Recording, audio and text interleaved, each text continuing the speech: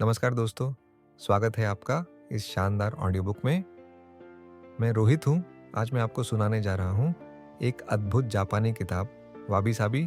ये किताब सिर्फ एक कहानी नहीं, बल्कि एक अनुभव है जो आपके दिल और दिमाग को गहरे तक छूने वाली है। तो चलिए फिर शुरू करते हैं। चैप्टर 2, हमारे लिए एक उपहार।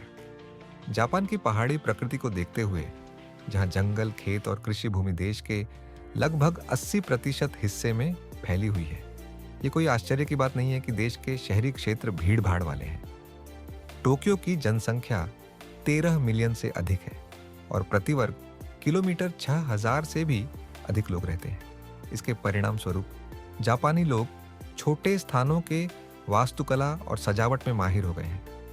व्यक्तिगत स्थान सीमित है और हाल के वर्षों में अव्यवस्था जापानी लोगों के लिए भी उतनी ही चुनौती बन गई है जितनी कि कई अन्य देशों में लोगों के लिए। शायद यही कारण है कि वे संगठन और भंडारण में इतने निपुण हो गए हैं। यही कारण है कि मुझी शाब्दिक रूप से बिना लेबल एक प्रमुख स्ट्रीट ब्रांड है और क्यों मैरी कोंडो एक घरेलू नाम बन चुकी है। हालांकि ये मत समझिए कि अधिकांश जापानी अब तातामी मंच वाले कमरों में रहते हैं जिनमें कोई सामान नहीं होता। ऐसा नहीं है।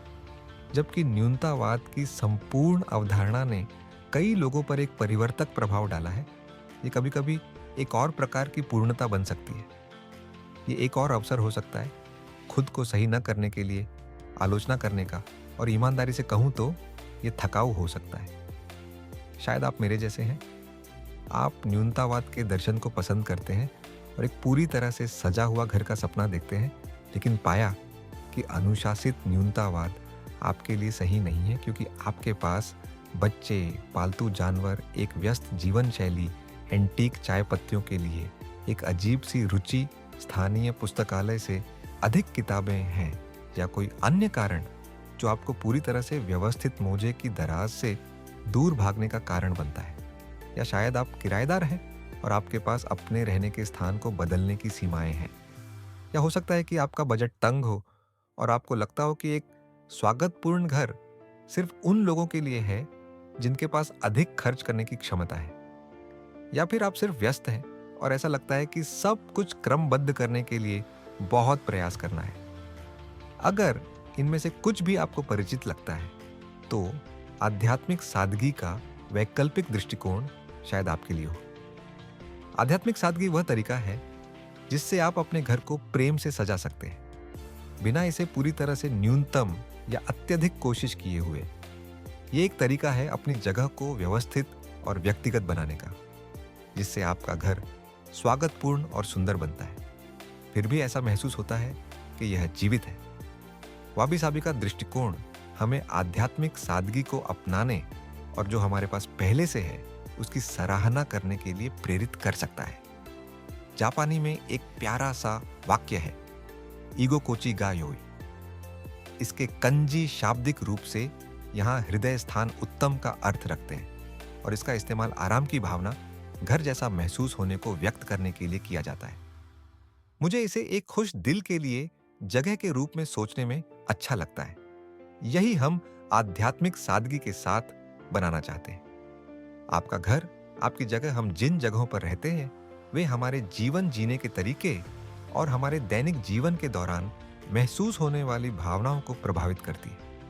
अगर हम अलग तरह से जीना चाहते हैं, तो हमारे पर्यावरण और रहने की जगहों के विवरण को बदलना एक बड़ा योगदान कर सकता है।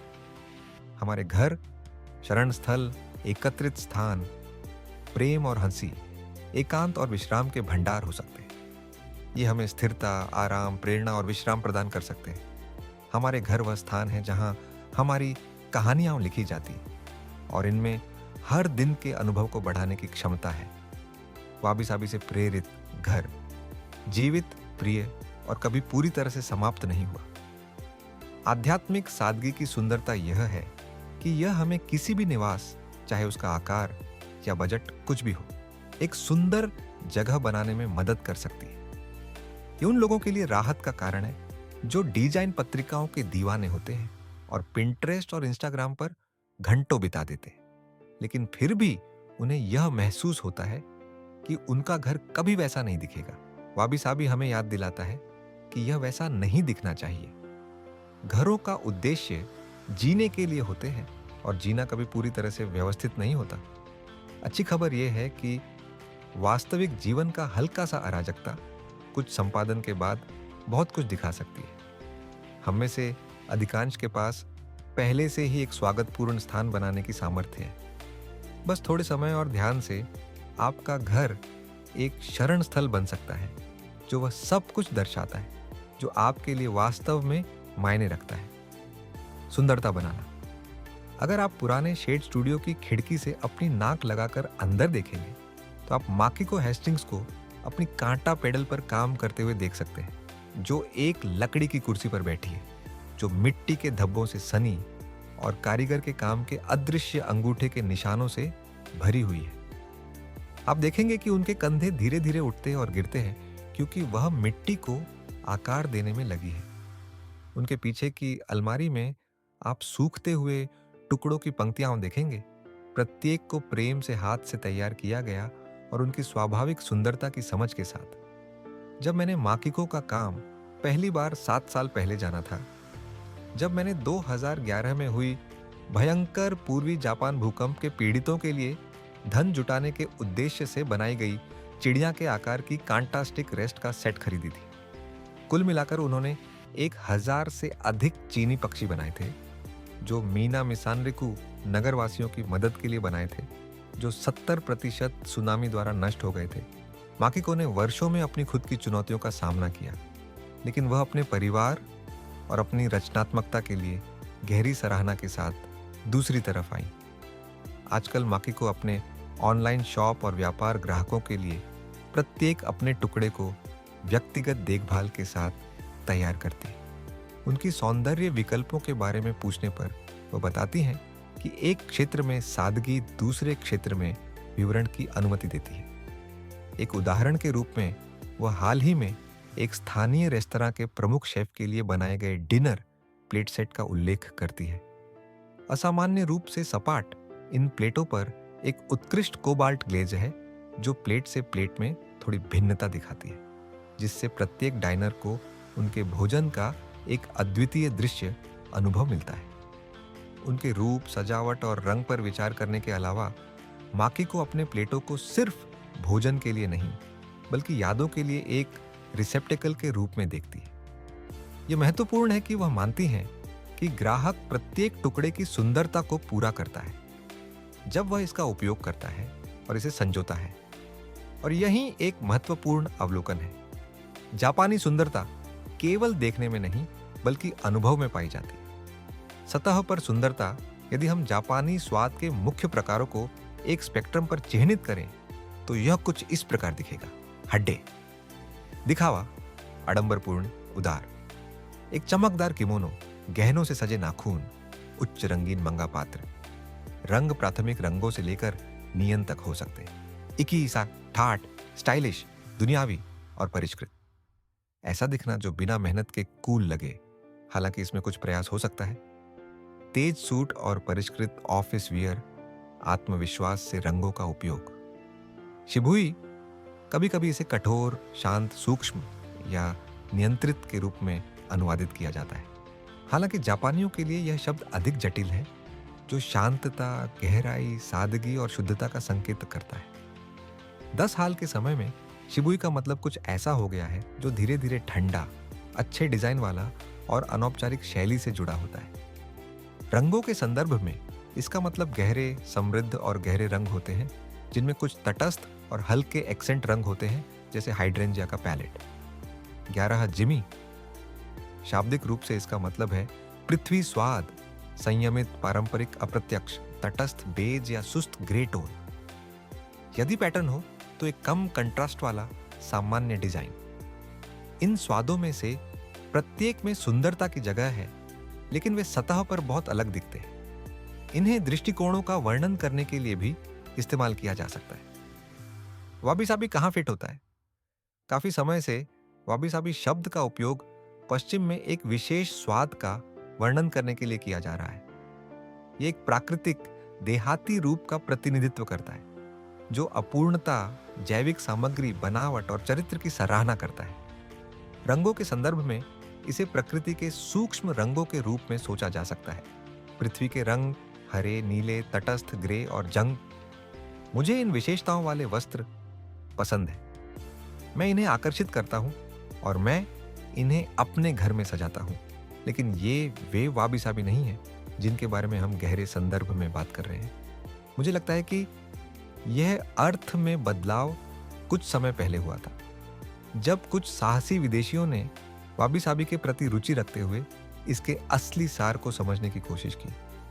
मैं कल्पना करता हूँ कि जिन दयालु जापानी लोगों से उन्होंने इसके बारे में पूछा, वे शायद सही शब्द नहीं पा सके। इसलिए उन्होंने ऐसे सामानों की ओर इशारा किया, जैसे एक साधारण कटोरा, चाय समारोह कक्ष या एक मुरझाया पत्ता।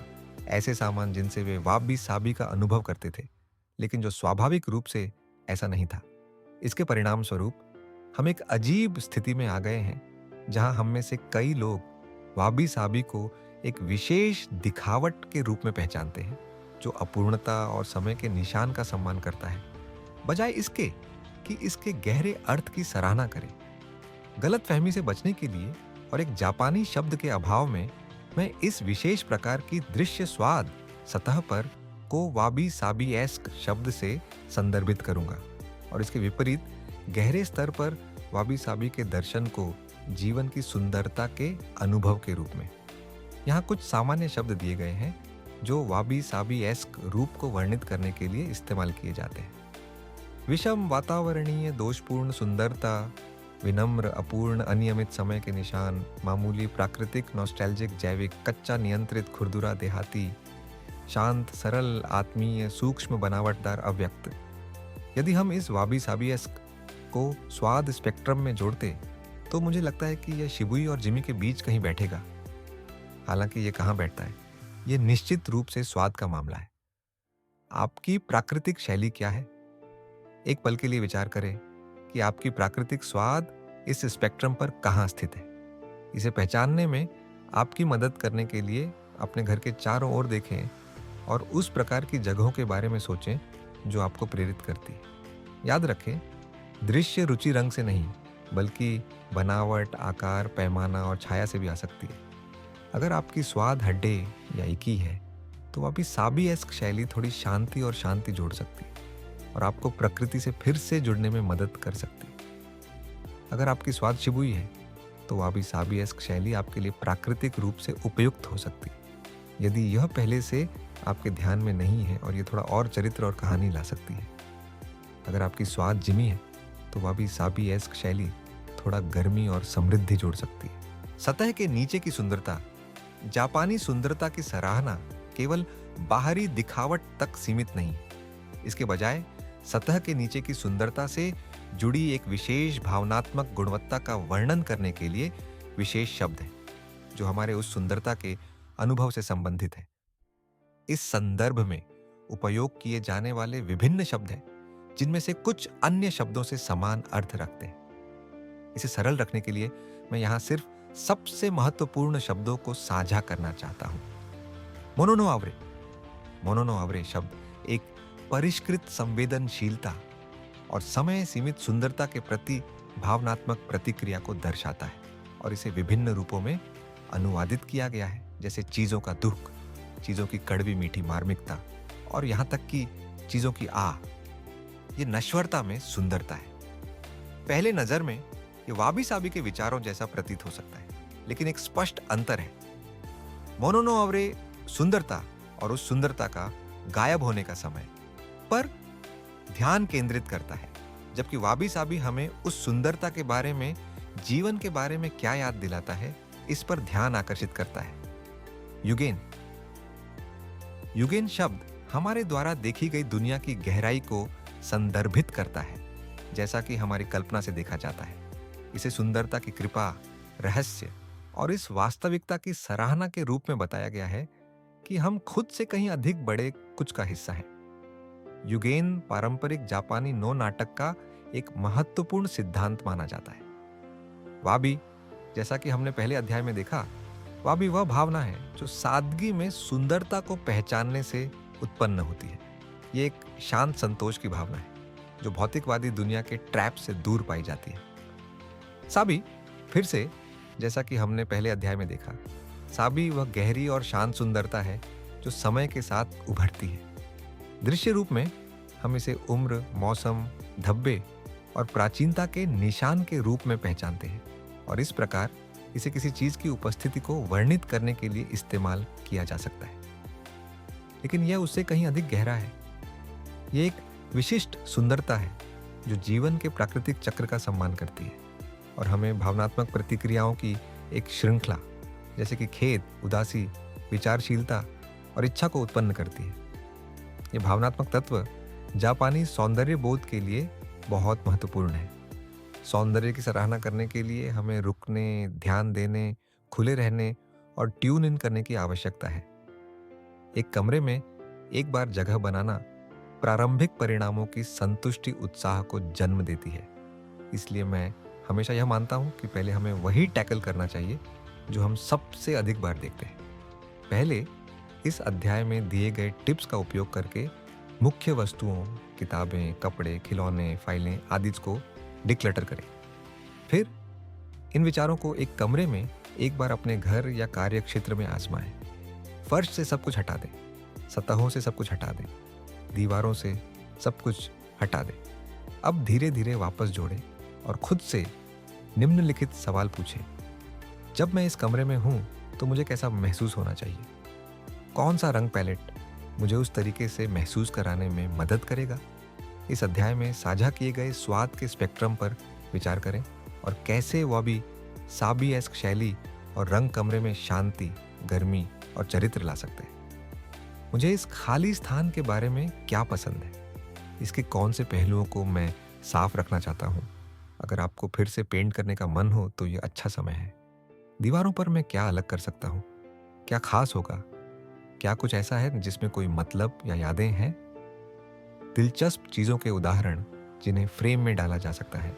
नक्शे, पोस्टकार्ड, प्रेरणादायक शब्द, बच्चों की कला, आपकी कला, पोस्टर, चाय का तौलिया या स्कार्फ, सुंदर रैपिंग पेपर की एक शीट, सूखे फूल। मैं फर्नीचर को कैसे व्यवस्थित कर सकता हूँ ताकि इस स्थान का सबसे अच्छा उपयोग हो सके? क्या यह कमरे के लिए सही फर्नीचर है?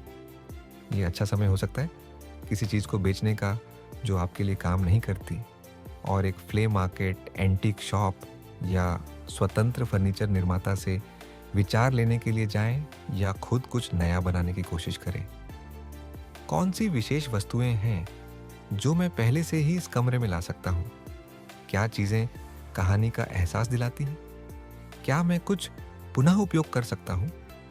इन्हें धीरे धीरे छोटे समूहों में वापस जोड़ें ताकि कमरे में रुचि हो। इस कमरे में मैं प्रकृति को कैसे ला सकता हूँ और अधिक प्राकृतिक सामग्री कैसे जोड़ सकता हूँ? मैं सीजन को कैसे प्रदर्शित कर सकता हूँ? दीवारों, फर्नीचर, फर्श, छत पर टेक्सचर जैसे कपड़ा, कागज, खुरदरी समाप्तियाँ कैसे ला सकता हूँ? अगर आप किताबों का आनंद लेते हैं तो आप उन्हें प्रदर्शन वस्त्र के रूप में कैसे शामिल कर सकते हैं? शेल्फ पर एक साइड टेबल बनाने के लिए स्टैक करके, 3 उच्च करके और उसके ऊपर कुछ रख कर एक छोटा सा आयोजन बनाकर, उदाहरण के लिए। अब उन सभी अन्य वस्तुओं को देखें जिन्हें आपने कमरे से हटा दिया था, जिन्हें आप वापस नहीं जोड़ना चाहते हैं। इस अध्याय में दिए गए टिप्स का उपयोग करके इन्हें डिक्लटर और छांट लें। अपने डायरी में एक नोट बनाएं ताकि आप हर सीजन में या महीने में एक बार इस कमरे को फिर से बदलें और ताजगी लाएं। जब आप तैयार हों तो अपने खूबसूरत स्थान में चाय का आनंद लें, फिर अगले कमरे में चलें। लचीलापन जो लोग पारंपरिक जापानी आवासों में रहते हैं, आमतौर पर उपनगरों या ग्रामीण इलाकों में, उनके घर मुख्य रूप से लकड़ी से बने होते हैं।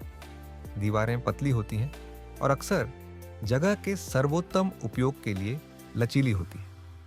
तातामी मंच वाले कमरे अक्सर बहुउद्देशीय होते हैं, जो विश्राम स्थान से लेकर ध्यान स्थान, खाने का स्थान और सोने का स्थान बदल जाते हैं। आप दरवाजों और टेबल को हटा सकते हैं, फुतौन को बिछा सकते हैं या समेट सकते हैं, मेहमानों को बुला सकते हैं या उनसे दूर हो सकते हैं। इस लचीलापन के विचार को और अधिक समझने के लिए मैंने अपने मित्र दाइसुके सनादा, जो कि सुवा आर्किटेक्ट्स और डिजाइनर्स के सीईओ हैं के घर में कुछ समय बिताया। वह एक बढ़ई के बेटे हैं और सनादा सान ने अपने घर को कई बढ़ई दोस्तों की मदद से टोक्यो के बाहरी इलाके के एक छोटे से शहर में बनाया। वह अपनी पत्नी सायाका, जो एक इंटीरियर डिजाइनर है, और अपने परिवार के साथ एक संकुचित, अच्छी तरह से सोचा गया सुंदर स्थान में रहते हैं। सनादा सान, जो एक प्रसिद्ध समुराई योद्धा के वंशज हैं, उन्हें अपनी पारंपरिक धरोहर का गहरा ज्ञान है।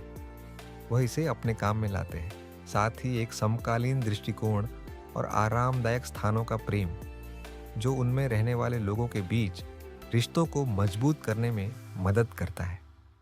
उनका अपना घर 2 मंजिलों में फैला हुआ है, जिसमें सामने का हिस्सा डबल हाइट है और एक सावधानी पूर्वक हाथ से निर्मित पिच्ड सिडर छत है, और एक विशाल त्रिकोणीय खिड़की है जो बाहर के पेड़ों को ऐसा महसूस कराती है जैसे वे घर का हिस्सा हो। ये खुला क्षेत्र रहने, खाने और खाना पकाने के स्थानों के साथ है, और एक ऊंचा तातामी हिस्सा लकड़ी से जलने वाली स्टोव के पास स्थित है, जो उनके कुत्ते के लिए इधर उधर लुढ़कने के लिए, सुबह के योग करने के लिए या सर्दियों की दोपहर में झपकी लेने के लिए एक आदर्श स्थान बनाता है। एक साधारण लकड़ी का साइडबोर्ड उसके दोस्त के चावल के खेत से खुदाई किए गए यायोई काल के टूटे हुए बर्तनों की एक आरामदायक प्रदर्शनी का मेजबान है। ये बर्तन लगभग 2000 साल पुराने हैं और इन्हें साधारण फूलदान के रूप में पुनः उपयोग किया गया है और सनादा परिवार के दैनिक जीवन में आनंद के लिए लाया गया है, न कि संग्रहालय के सामान की तरह कहीं रखा गया हो। मंजिल के पिछले हिस्से में एक बाथरूम, बेडरूम और स्टोर रूम है, और एक सीढ़ी है जो ऊपर के चिल आउट क्षेत्र और ऊपरी मेजानिन में और सोने के स्थान तक जाती है। इस ऊपरी हिस्से को लचीले फर्नीचर के साथ विभाजित किया गया है, जैसे कि मूवेबल बुककेस और छत से लटकी फैब्रिक पर्दे, ताकि गोपनीयता या कंपनी की स्थिति को दिन के हिसाब से समायोजित किया जा सके। नतीजा एक स्वागतपूर्ण घर है जो सनादा सान और उनके परिवार के जीवन शैली का समर्थन करता है। ये स्टाइलिश है, फिर भी व्यावहारिक और आत्मीय रूप से सरल है। सनादा सान और मैंने जापानी जीवन में विरोध और रिश्ते के मूल्य पर कई घंटे बात की। कैसे सुंदरता तनाव के अस्तित्व में पाई जाती है, प्रकाश और छाया, ध्वनि और मौन, सादगी और विवरण, अद्भुत और सामान्य, उपस्थिति और अनुपस्थिति, स्वतंत्रता और संयम, वाबी और साबी। हमने इस बारे में बात की कि सुंदरता अक्सर चीजों के बीच में उभरती है, एक बातचीत, एक जीवन, जंगल में चलना, और कैसे सब कुछ आपस में जुड़ा हुआ है। एक स्थान के भीतर सब कुछ, अंदर और बाहर, हमारे आसपास और हमारे मन, हमारे रिश्ते एक दूसरे और खुद से, प्रकृति के जाल में। हम में से जो लोग जापानी शैली के घरों में नहीं रहते, वे फिर भी इन विचारों से प्रेरित हो सकते हैं। हम अपने फर्नीचर, गलीचों और शेल्विंग की स्थिति से अपने स्थानों को बांट सकते हैं, और जितना हम चाहते हैं उतने स्थानों को नियमित रूप से बदल सकते हैं, यह मानते हुए कि यह कभी पूरा नहीं होता और हम पूर्णता की तलाश नहीं कर रहे होते। हम दीवारों को फिर से पेंट कर सकते हैं, प्रदर्शनी बदल सकते हैं, कुछ मौसमी फूल और पौधे ला सकते हैं, और जब भी मूड उठे ताजगी लाकर इसे फिर से बदल सकते हैं। हम दृश्य विरोधों और जो हम देखते हैं और कैसे हम महसूस करते हैं उनके बीच के रिश्ते पर ध्यान दे सकते हैं। एक खिड़की सिर्फ एक खिड़की नहीं है, ये उस सब का एक फ्रेम है जो इसके बाहर है। कमरे के एक तरफ की शेल्फ दूसरी तरफ किसी चीज के लिए संतुलन हो सकती है। ये देखें कि कमरे में व्यक्तिगत चीजें दूसरों को कैसे प्रभावित करती हैं और चीजें कैसे एक साथ काम करती हैं। स्थान, प्रवाह, आप कैसे जीते हैं और ये आपको कैसे महसूस कराता है। याद रखें, उपयोगिता, सादगी, सुंदरता, कहानी। आत्मिक शॉपिंग को कैसे प्रेरित करें? आप बढ़ते हुए अत्यधिकता और अपव्यय और तुलना की जहरीली संस्कृति को देखकर चीजों को अलग तरीके से करने का फैसला कैसे कर सकते हैं? आप सेन नोरिक्यू की तरह शांतिपूर्वक क्रांतिकारी कैसे बन सकते हैं? देखें पृष्ठ 13। आप ऐसी चीजों के लिए पैरोकार कैसे बन सकते हैं जो ज्यादा असली महसूस होती है। सबसे आध्यात्मिक शॉपिंग वह है जो कुछ भी खर्च नहीं करती और जो आपके पास जो भी है उसे प्राकृतिक सुंदरता से भर देती है। कोशिश करें कि आप प्रकृति में समय बिताएं, जंगल से तोहफे इकट्ठा करें या हाथों से कुछ बनाएं, बजाय इसके कि कुछ खरीदें। जब आप कुछ नया खरीदने का विचार कर रहे हो तो इन सवालों से खुद को चुनौती दें। क्या मुझे इसकी वास्तव में ज़रूरत है?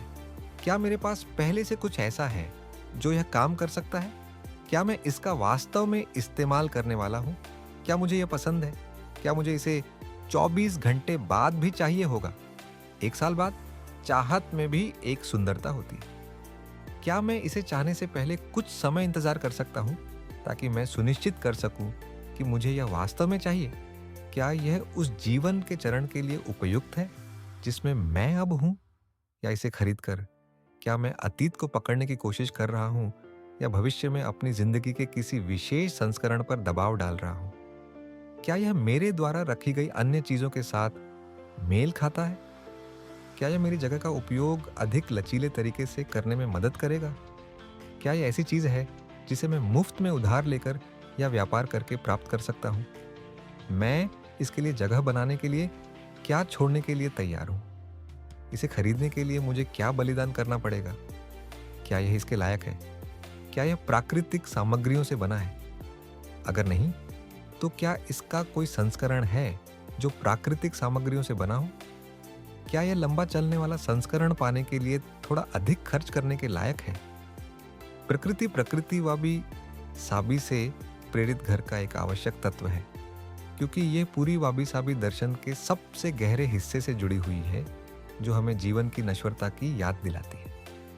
हम प्रकृति और मौसमों को अध्याय 3 में विस्तार से जानेंगे। अभी के लिए ये सोचें कि आप अपने घर में और अधिक प्राकृतिक सामग्रियों को कैसे ला सकते हैं।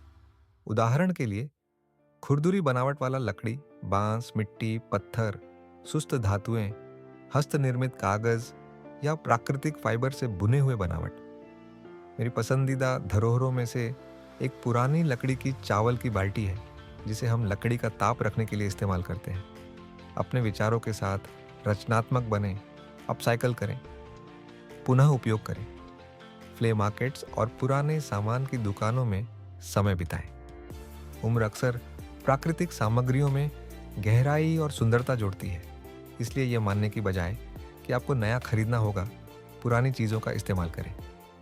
स्वाभाविकता को प्रोत्साहित करें। मैं अक्सर अपनी रसोई में धातु के कंटेनरों में रखे हर्ब्स और तेल की बोतलें मिलाती हूँ। मैं वाशी टेप, जापानी कागज़ से बने कम चिपकने वाला मास्किंग टेप का उपयोग करती हूँ ताकि कुछ गिरे हुए प्रकृति के खजानों को दीवार पर चिपका सकूँ, या फिर बच्चों के छाल के रगड़ और पत्तियों के प्रिंट्स के साथ एक अस्थायी कोलाज बना देती हूँ। कटी हुई फूल एक स्थान को रोशन कर सकते हैं। उन्हें उनके चरम के बाद थोड़ा और समय छोड़ने की कोशिश करें और उनके मुरझाने में भी सुंदरता को देखें।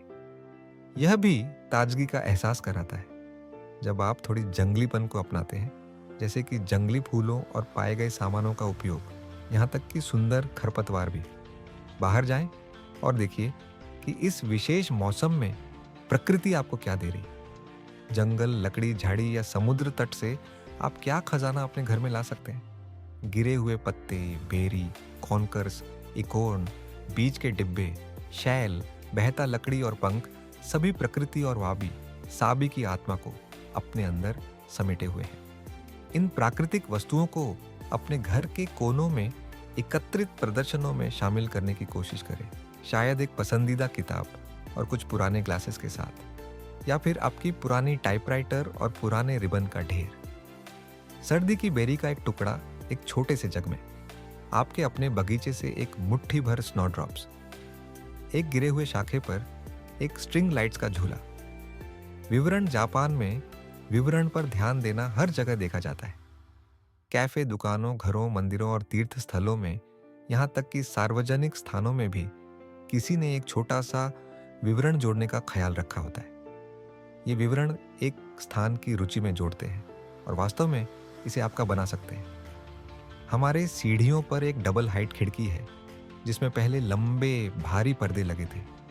जब हम इसमें आए थे तो वे वहीं थे और मैं उन्हें हटाने से कतराती थी, क्योंकि मुझे लगता था कि पिछली मालिकों ने इन्हें बहुत पैसे में खरीदा होगा और उन्हें हटाना एक बर्बादी होगी।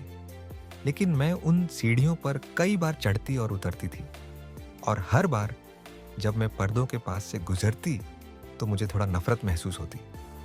अंत में मुझे यह एहसास हुआ कि मैं मूर्ख हो रही थी। ये हमारा घर था और हम इसे जैसे चाहें वैसे इस्तेमाल कर सकते थे। तो मैंने पर्दे हटा दिए। तुरंत हॉलवे में प्राकृतिक प्रकाश की बाढ़ आ गई। समय के साथ मैंने यह पाया कि दिन के अन्य समयों में खिड़कियां लैंडिंग पर दिलचस्प साए डालती थीं। अब हम गहरे चौड़े खिड़की के सिल की देख सकते थे। मैंने एक पुरानी धब्बेदार चीनी साकी बोतल को खोला जो मुझे जापान छोड़ते समय एक दोस्त ने तोहफे में दी थी और उसे एक फूलदान के रूप में पुनः उपयोग किया।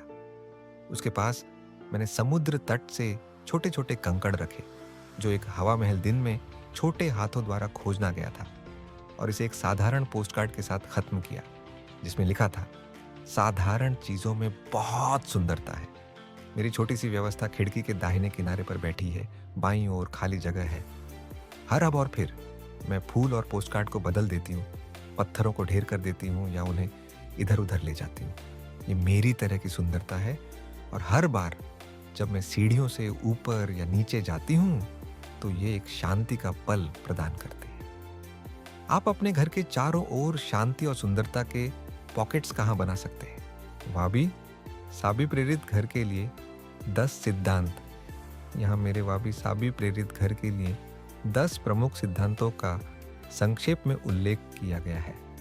हालांकि वाबी साबी एस्क वस्तुओं का एक भूमिका है, ये पूरी तस्वीर नहीं है। वाबी साबी का दर्शन यहाँ मार्गदर्शक है। ये ठीक है कि आपका घर एक काम के रूप में प्रगति में हो। असली जीवन डिजाइन पत्रिकाओं जैसा नहीं होता। एक घर में जीने के लिए होता है, इसलिए सब कुछ पूरा होने तक इंतजार करने की जरूरत नहीं है। इससे पहले कि आप अपने दोस्तों को एक साथ समय बिताने के लिए आमंत्रित करें, अपने प्रवेश द्वार का अधिकतम उपयोग करें, जिसे जापान में जेनकन कहा जाता है। मौसम के बाहर कोटों को हटा दें, कुछ फूल रखें, आगंतुकों को जूते दरवाजे पर रखने के लिए आमंत्रित करें जापान की शैली में, और अपने घर में रहने वाले किसी भी व्यक्ति को इसे एक आदत बनाने के लिए प्रेरित करने की कोशिश करें। जूतों को शेल्फ पर या शू बॉक्स में रखें, या शायद सीढ़ियों के नीचे। यदि फर्श ठंडा है तो आप मेहमानों को हाउस स्लीपर भी दे सकते हैं। इससे जगह साफ रहती है और तुरंत ही आराम और परिचितता का एहसास होता है। डिक्लेटरिंग समय और पैसे बचाता है और उन चीज़ों की सराहना करने के लिए जगह बनाता है जिन्हें आप वास्तव में पसंद करते हैं। हालांकि सख्त न्यूनतावाद एक और प्रकार की पूर्णता है।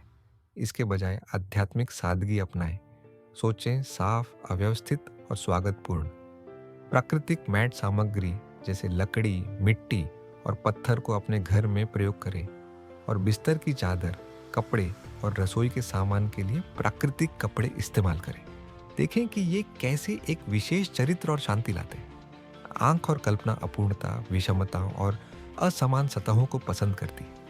वास्तविक प्रकृति को अपने स्थान में लाने के बारे में सोचें, जैसे फूल, शाखाएं, बीज के डिब्बे, पंख, पत्तियां, शंख, कंकड़, हस्तनिर्मित फूलों की माला, बुनाई की टोकरी आदि। इन्हें खुद से ढूंढने और सजाने का आनंद प्राप्त करें, जो भूमि और समुद्र के उपहारों के साथ दृश्य कविता बनाने का मौका देता है। प्रकाश और छाया दोनों को ध्यान में रखें। ये नोट करें कि कैसे अंतराल आपके स्थान को विभिन्न समयों में बदलता है।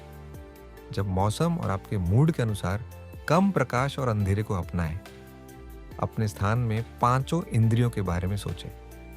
ये इस पर निर्भर करता है कि आप कहाँ रहते हैं और आपके पास किस प्रकार का स्थान है, लेकिन इसमें कुछ भी हो सकता है, जैसे खिड़की खोलना ताकि हवा आए, अपने फर्नीचर पर बनावट वाले कपड़े का उपयोग करना, आवश्यक तेलों का फैलाव करना या शांतिपूर्ण संगीत बजाना। आप स्वाद की इंद्रिय पर भी विचार कर सकते हैं, जैसे अपने सरल प्रदर्शनों में फल और सब्जियां इस्तेमाल करना या नाश्ते की टेबल को और खास बनाने के लिए कुछ विवरण जोड़ना। वस्तुओं का संग्रह करें जिन्हें आप वास्तव में संजोते हैं, ताकि अपने स्थान को सजा सकें और उसे कहानी और यादों से पोषित कर सकें। विपरीत विचार करें, अतीत और वर्तमान, स्थिरता और प्रेरणा, सामान्य और विशेष। जहाँ संभव हो जो आपके पास है उसमें रचनात्मक बने या उन वस्तुओं का पुनः उपयोग करें जिनका पहले एक जीवन था। संबंध और दृश्य सामंजस्य के महत्व के बारे में सोचें। चीजें कमरे में और खुद स्थान में एक दूसरे के साथ कैसी दिखती हैं और महसूस होती है। आपकी खिड़कियों और आंतरिक दरवाजों से क्या फ्रेम किया गया है? क्या पूरी तरह से दृश्य में है और क्या आंशिक रूप से छिपा हुआ है जो कुछ और के संकेत देता है? कौन सी विभिन्न बनावटें स्थान को चरित्र और गर्मी दे रही है? अपने घर के अप्रत्याशित स्थानों में छोटे छोटे सुंदर कोनों बनाएं। खिड़की पर एक छोटा फूलदान, बाथरूम में एक हाथ से लिखा नोट, सीढ़ियों के नीचे एक फ्रेम की गई तस्वीर। ये नोटिस करें कि आप स्थान का उपयोग किस तरह से बदल सकते हैं। ये इस बात पर निर्भर करता है कि साल का कौन सा मौसम है और आपके जीवन का कौन सा मौसम है। अपने स्थान को साझा करना 19वीं सदी में लावकाडियो हेरन ने जापान के बारे में प्रसिद्ध रूप से कहा था। रोजमर्रा के जीवन की सबसे सामान्य घटनाएं एक ऐसी शिष्टता से रूपांतरित हो जाती है जो एक साथ सरल और दोषरहित होती है, जो सीधे दिल से निकलती हुई प्रतीत होती है, बिना किसी सिखाने के। ये पल और प्राप्तकर्ता की आवश्यकताओं पर ध्यान केंद्रित करना ओमोटेनाशी, जापानी आतिथ्य के दिल में है।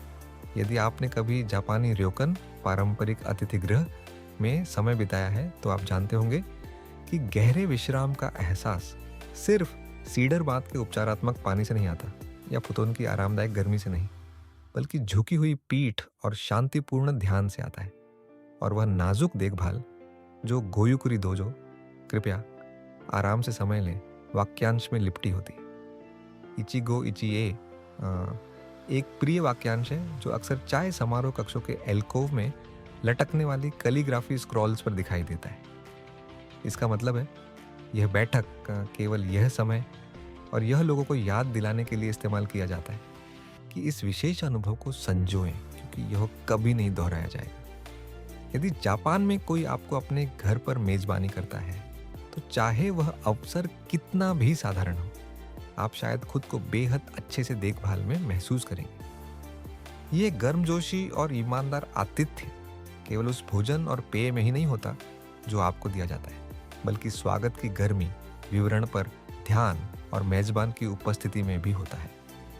आपका मेजबान कह सकता है, दोजो ओमेशियागारी कुडासाई, कृपया शुरुआत करें, और आप एक झुकी हुई पीठ और शब्द इतादाकिमासु, अर्थात मैं इसे गहरी सराहना के साथ विनम्रता से ग्रहण करता हूं, के साथ जवाब दे सकते हैं। यह अनौपचारिक रूप से साझा भोजन शुरू करने का एक सुंदर तरीका है। वाबी साबी प्रेरित सरलता और सुंदरता के लिए कुछ विचार। सुंदरता दर्शक के दिल में होती है। जब आप महसूस करते हैं कि आप पहले से ही पूरी तरह से अपूर्ण हैं, तो आपको अपनी आत्म छवि को बढ़ाने के लिए चीज़ों की आवश्यकता कम होती है। आत्मीय सादगी आनंद का एक स्रोत है, इसे आजमाएं। आत्मीय सादगी के साथ प्रयोग करना एक नोटबुक में निम्नलिखित के बारे में कुछ विचार लिखें।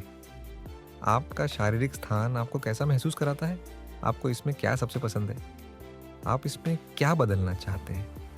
आपके पास कौन सी ऐसी वस्तुएं हैं जिनकी आपको ज़्यादा आवश्यकता नहीं है? आपके पास कौन सी संकलन की आदतें हैं? ये जीवन की कौन सी आदतों को दर्शा रही है? आपके पास कौन सी ऐसी वस्तुएं हैं जिन्हें आप संजोते हैं और जिन्हें आप अपनी दैनिक जिंदगी में और अधिक उपयोग कर सकते हैं? जापानी सुंदरता और आत्मीय सादगी के कौन से पहलू आपको प्रेरित करते हैं?